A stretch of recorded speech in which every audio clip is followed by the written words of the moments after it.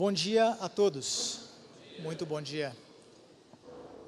Antes de me apresentar e entrar mais no mérito de o que eu faço e o que eu quero transmitir aqui para vocês essa manhã, primeiro eu quero dividir um pensamento, o qual eu gosto muito. Se você acompanhar ali no slide do lado, a experiência nos mostra que o sucesso é devido menos à habilidade que ao zelo. O vencedor é aquele que se entrega à busca de corpo e alma. Eu gosto muito desse pensamento porque ele propõe de forma positiva, ele abre portas para uma reflexão, ou para algumas reflexões. E a primeira que a gente pode extrair dessa descrição é o fato de que a habilidade não é mais importante do que o zelo. O que isso significa? Significa dizer que o esforço vem antes da habilidade. Consequentemente, temos então o fato de que o sucesso está diretamente relacionado com a força de vontade, com o desejo de vencer, com o esforço, com o aprendizado, com a busca, com a entrega genuína. E se está relacionado com a entrega, com o esforço, com a força de vontade, o sucesso está ao meu alcance, está ao seu alcance, está ao alcance de qualquer um. O segundo ponto que eu acho que é uma provocação positiva também para nós, como pessoas, como indivíduos, é a discussão relevante do que significa sucesso na sua vida. Mais importante do que trazer uma frase ou uma definição, uma proposta do que é o conceito de sucesso, eu acho que vale a sincera reflexão pessoal de cada um de nós sobre o que é sucesso para mim. Carreira internacional, dinheiro, posses, poder, influência, capacidade de articulação, bens. Dependendo do ponto de vista, todos esses indicadores podem ser indicadores de sucesso. Mas a reflexão principal talvez esteja conectada à filosofia. E deixa eu trazer um pouco mais de filosofia para essa nossa introdução. O que significa sucesso na sua vida, pensando num contexto de vida conectado com essência? Pensando num contexto de uma vida significativa. E quando eu penso em essência, eu gosto de pensar em eternidade. As coisas mudam. As pessoas na nossa vida passam. As situações passam. E a própria vida passa. E quando eu penso nessa vida rápida que nós temos aqui, 60, 70, 80, 90, talvez 100 anos, e quando eu dou um zoom e olho de cima e penso na eternidade, é dentro desse contexto que eu volto na pergunta inicial e te provoco a refletir junto comigo. O que é sucesso nas nossas vidas? O grande mestre, Jesus Cristo, tem uma parábola que eu gosto muito, aonde ele propõe uma reflexão. Isso está lá em Lucas, depois você pode meditar sobre isso. Jesus diz assim: e propôs-lhe uma parábola dizendo: a fazenda de um homem rico tinha produzido com abundância. E ele arrazoava consigo mesmo, dizendo: o que farei? Não tenho onde recolher os meus frutos. Então ele disse: derrubarei os meus celeiros e edificarei outros maiores, e ali recolherei todas as minhas novidades e os meus bens. Então direi à minha alma: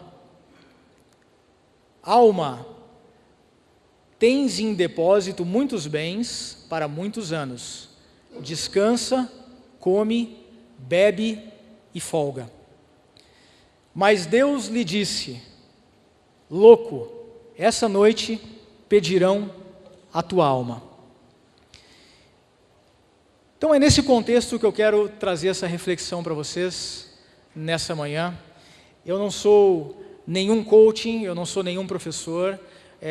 Como você já deve saber, o meu nome é Lincoln, eu tenho 39 anos. Eu sou casado, a minha esposa se chama Jaqueline, tem uma família maravilhosa, minha filha Luísa tem 8 anos.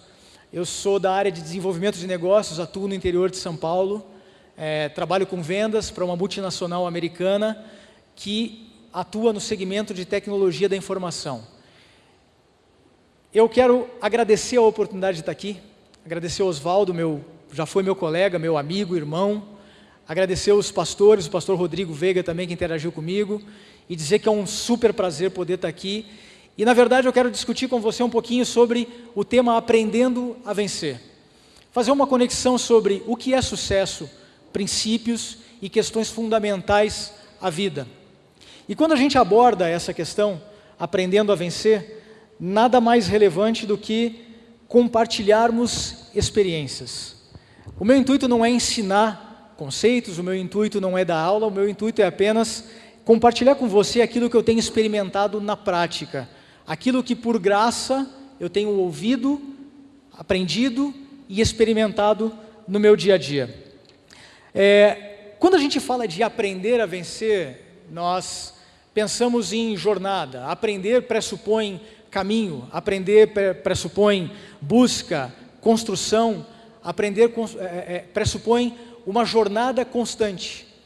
E o primeiro ponto relevante, talvez, dessa nossa discussão, que vai se conectar com o modo como nós enxergamos nós mesmos, que depois vai se conectar com a possibilidade de ter ou não sucesso, a primeira questão que eu quero levantar com você é que dentro dessa jornada, dessa caminhada, desse caminho que é construído caminhando, a opinião que você adota acerca de si mesmo, ou seja, o modo como você se vê, o modo como você se enxerga, afeta profundamente a maneira pela qual você leva a sua vida. O que eu quero dizer com isso? Nós tendemos a pensar, ou eu tenho uma habilidade, ou eu não tenho habilidade.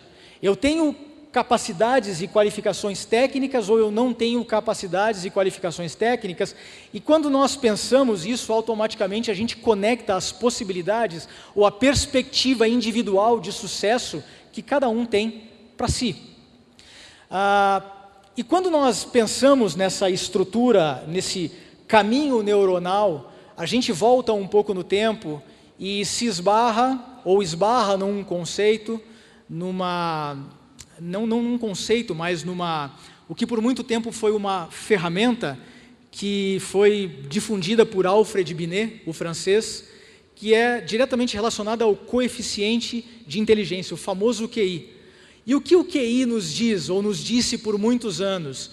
Que a habilidade, ele pressupõe que a habilidade é uma capacidade inata. Você tem um QI alto ou você tem um QI baixo. E durante muito tempo a gente acreditou que uma vez que eu tenho um QI X, eu tenho aquele QI X. E esse QI X vai impactar diretamente no meu sucesso, na minha vida, na minha carreira, no modo como eu desenvolvo negócios e etc. e etc. Depois de Alfred Binet, a gente teve o Daniel Goleman, lá nos anos 2000, com um conceito de inteligência emocional, onde ele traz mais temperos para o conjunto, para o aparato de inteligência do ser humano, mostrando que a partir do momento que você consegue lidar com complexidades, com uma boa estabilidade emocional, isso passa a compor outros tipos de inteligência para o ser. Então, a gente começou a perceber que não era apenas o teste de QI que era relevante, mas também tinha ali um coeficiente emocional, e daí para frente começou a se falar muito de QI e de QE, no ambiente corporativo, que automaticamente impactavam no nosso sucesso.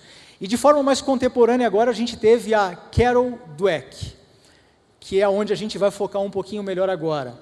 Essa pesquisadora americana, ela trouxe uma nova proposta de entender as potencialidades humanas. O que ela está dizendo através do seu livro chamado Mindset, que nada mais é do que uma abordagem para a mentalidade voltada ao crescimento, ela está dizendo que as suas habilidades, independentemente do seu nível de QI, podem ser desenvolvidas através do esforço. O fato de eu ter sucesso ou não vai estar diretamente relacionado ao desejo que eu tenho de vencer. E aqui nós estamos tirando agora toda a visão filosófica. Não estou falando aqui da essência, estou falando da possibilidade que você e eu temos de galgarmos um caminho e aprendermos uma jornada, um caminho de sucesso. Isso está diretamente relacionado ao modo como a nossa mente está projetada para perceber as situações. E a primeira parte da nossa reflexão vai abordar exatamente isso. Eu quero te propor essa reflexão sobre a questão da mente, o como você se enxerga e como você, de qual princípio você parte do ponto de vista de quais são as suas habilidades e como você conecta isso ao sucesso. Com a questão do teste de QI, do advento do conceito do QI, a performance sempre foi muito medida, sempre esteve muito em voga, de modo que sempre foi, num ambiente performático, importante parecer sábio. Talvez não sábio, mas parecer inteligente. O que eu quero dizer com isso? Uma vez que a performance está em jogo, pensa num ambiente de teste, num ambiente de prova, onde você precisa performar e não pode errar, logo o ser humano nas situações quer parecer, ou melhor, não quer parecer tolo, não quer errar, não quer falhar. E isso cria no ser humano, automaticamente, uma postura de minimizar o risco, não se arriscar tanto, para não se expor, ou pelo menos não expor as falhas. Quando, na verdade, a postura correta, que vai me sustentar ao longo da jornada, da caminhada rumo ao sucesso, que nada mais é uma caminhada de aprendizado, pressupõe exploração. Esse é o motivo pelo qual numa sala de aula você tem alunos que não têm medo de perguntar, que são alunos voltados à exploração, que são alunos mais sensíveis ao aprendizado genuíno, enquanto você encontra, ou pode encontrar outra categoria de alunos que são mais voltados são mais fechados. A tendência é que perguntem menos para não parecerem tolos. Existe uma diferença de mindset. E essa diferença no mundo corporativo, ela é dividida entre fixed mindset, ou mindset rígido, o que seria uma mente mais engessada, e o outro lado, que seria o lado positivo, o lado coloridinho, seria o growth mindset, que seria uma mente voltada ao aprendizado e, consequentemente, uma mente voltada à experimentação, à exploração. Uma mente que entende que o caminho se faz caminhando.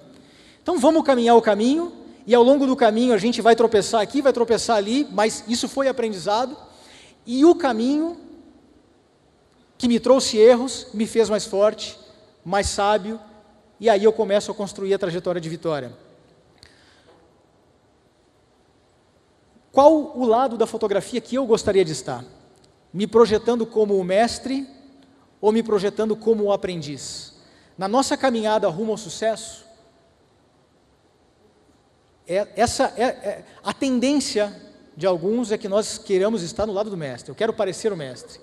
Enquanto, na verdade, a ideia do mindset de crescimento pressupõe um outro viés. Eu não sei se você vai conseguir ler, mas eu vou acompanhar o raciocínio com você.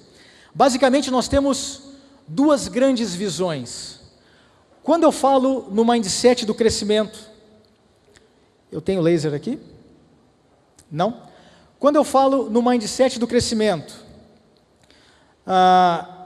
que a propósito está à minha disposição, eu posso escolher sobre qual abordagem eu vou trabalhar, mas o que esse slide está mostrando é que a gente tem duas abordagens possíveis. Quando eu penso no mindset voltado ao crescimento, eu encaro a vida como uma jornada de aprendizado. Eu encaro as situações como algo que vai colaborar para o desempenho das minhas características intrínsecas como pessoa, como ser. O outro lado, que seria o que Carol Dweck chama de mente engessada, ou fixed mindset, nas situações mais diversas da vida, eu encaro os desafios como um teste. E essa é uma visão sensível, mas extremamente importante de ser entendida, porque isso determina o modo como você e eu nos comportamos diante dos desafios.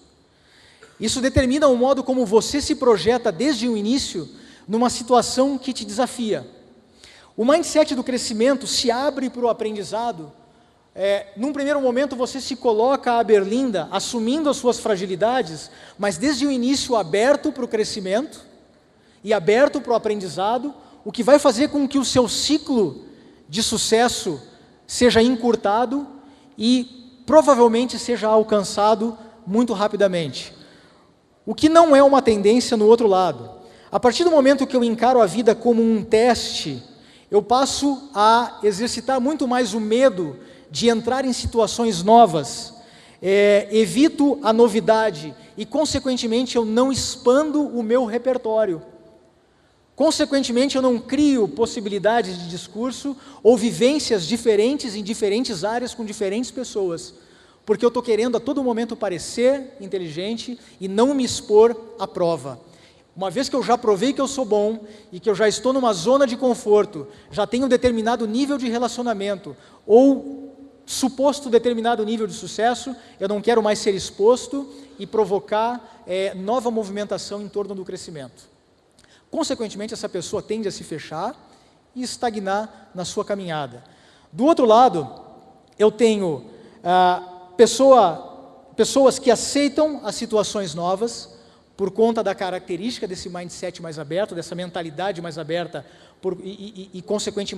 consequentemente voltada à experimentação e voltada ao crescimento, que em consequência busca o novo ou trabalha bem com a novidade de relacionamentos, novidade de situações e desafios que aparecem ao longo da jornada, ao longo da caminhada.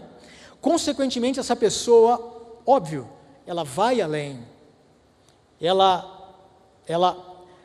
atravessa a linha, ela desenvolve empatia, detecta as oportunidades escondidas, gerencia o risco através da ação, porque a partir do momento que eu minimizo o medo e começo a dar pequenos passos, ainda que eu não tenha todos os skills necessários para implementar essa ação da melhor forma possível, ou talvez da forma perfeita, esse tipo de mindset entende que o feito é melhor do que o perfeito, e consequentemente ele faz, ele executa, ele caminha, efetua pequenas ações rápido e se sai melhor em situações novas, porque a experimentação é mais constante na vida dele.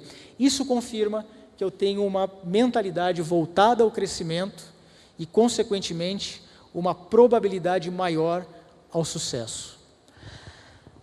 Entender a diferente perspectiva entre essas duas formas de pensar está diretamente relacionado, obviamente, à gestão da mente e quebra um paradigma que durante séculos se acreditou, desde a antiguidade, de que os talentos são inatos.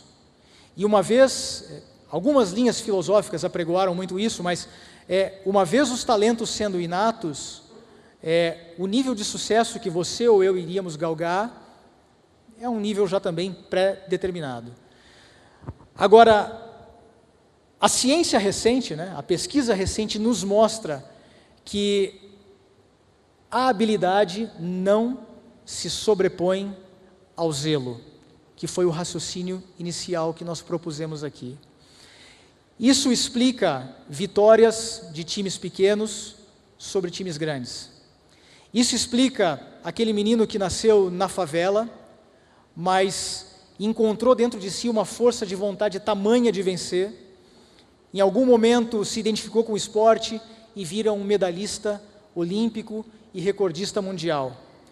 Não tem muito mais a ver com habilidades ou um skill que já foi pré-determinado pela natureza para essa pessoa, mas sim com o desejo de vencer, com a vontade de fazer, com a força de vontade em executar, com a paixão, com a busca, com a avidez pelo seu objetivo. Eu tenho a minha concepção de sucesso. Se eu pudesse abordar o que seria o sucesso, eu diria que o sucesso, para mim, seria fazer da melhor forma aquilo que é missão de vida para mim. No meu trabalho eu tenho uma filosofia, eu posso fazer um negócio ou deixar de fazer um negócio, mas eu deito no travesseiro e consigo dormir se eu tiver a certeza que eu fiz o melhor. Se eu olhar para trás e tiver a certeza de que eu fiz tudo o que deveria ter sido feito, eu tenho paz comigo e sei que o sucesso, financeiro ou não, é uma questão de tempo. Então, essa é a primeira parte da nossa abordagem. O sucesso, ele tem muito mais a ver com o esforço que você emprega do que com a habilidade que está nativa em você. É óbvio que as coisas estão relacionadas. A partir do momento que eu emprego o esforço sistemático, a habilidade também começa a crescer. Agora, o outro ponto do nosso viés, agora eu volto para a questão filosófica. É possível ter sucesso considerando-se apenas a questão financeira? É uma pergunta, não é uma resposta. É possível ser bem-sucedido tendo posses, tendo influência, tendo poder, sem que eu tenha alguns lastros essenciais na vida? Exemplos de lastros. Relacionamento com a minha filha, por exemplo.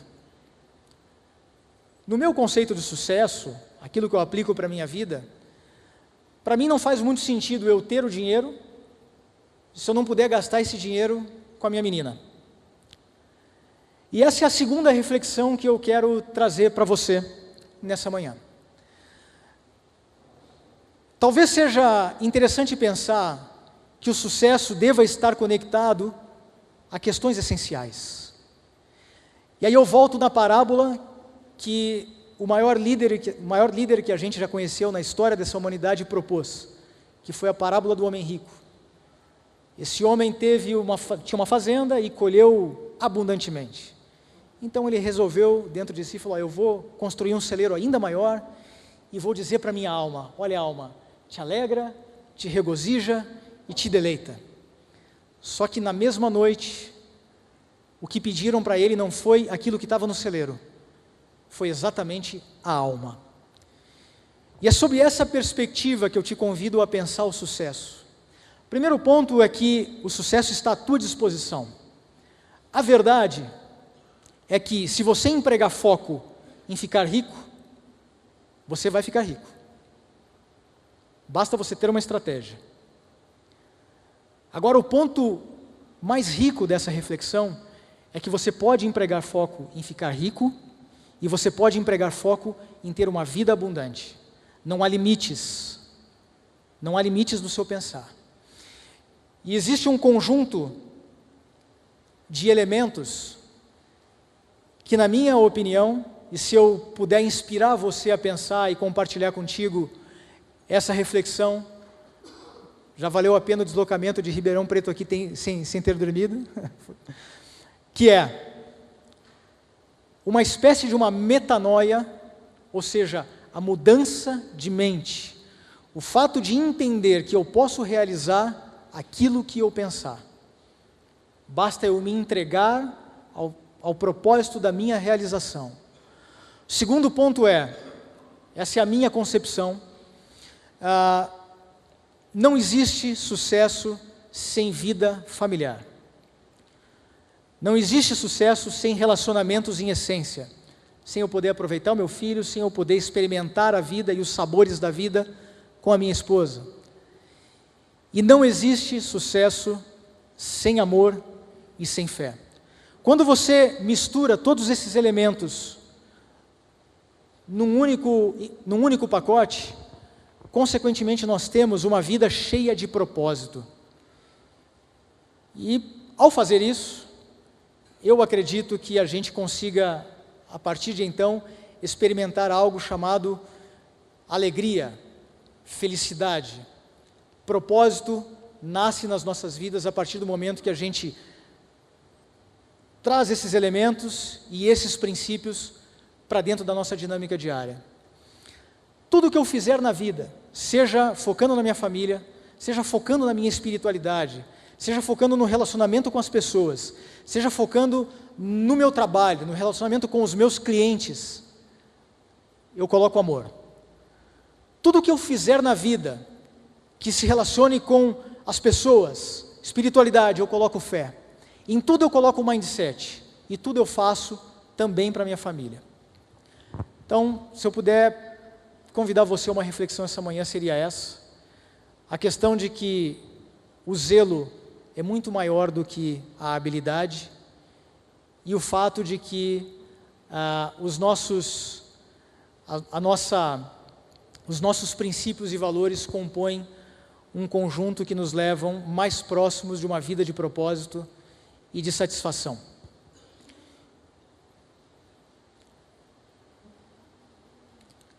E eu quero finalizar com um pensamento proposto por Jesus, onde Jesus diz: se os teus olhos forem bons, todo o teu corpo terá luz.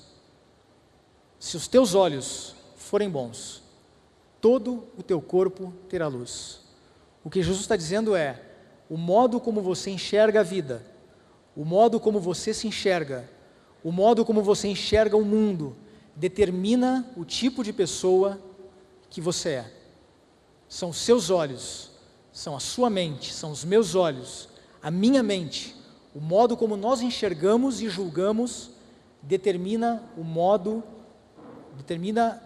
como nós vemos o tipo de pessoa que nós somos e o tipo de resultado que nós vamos extrair do mundo.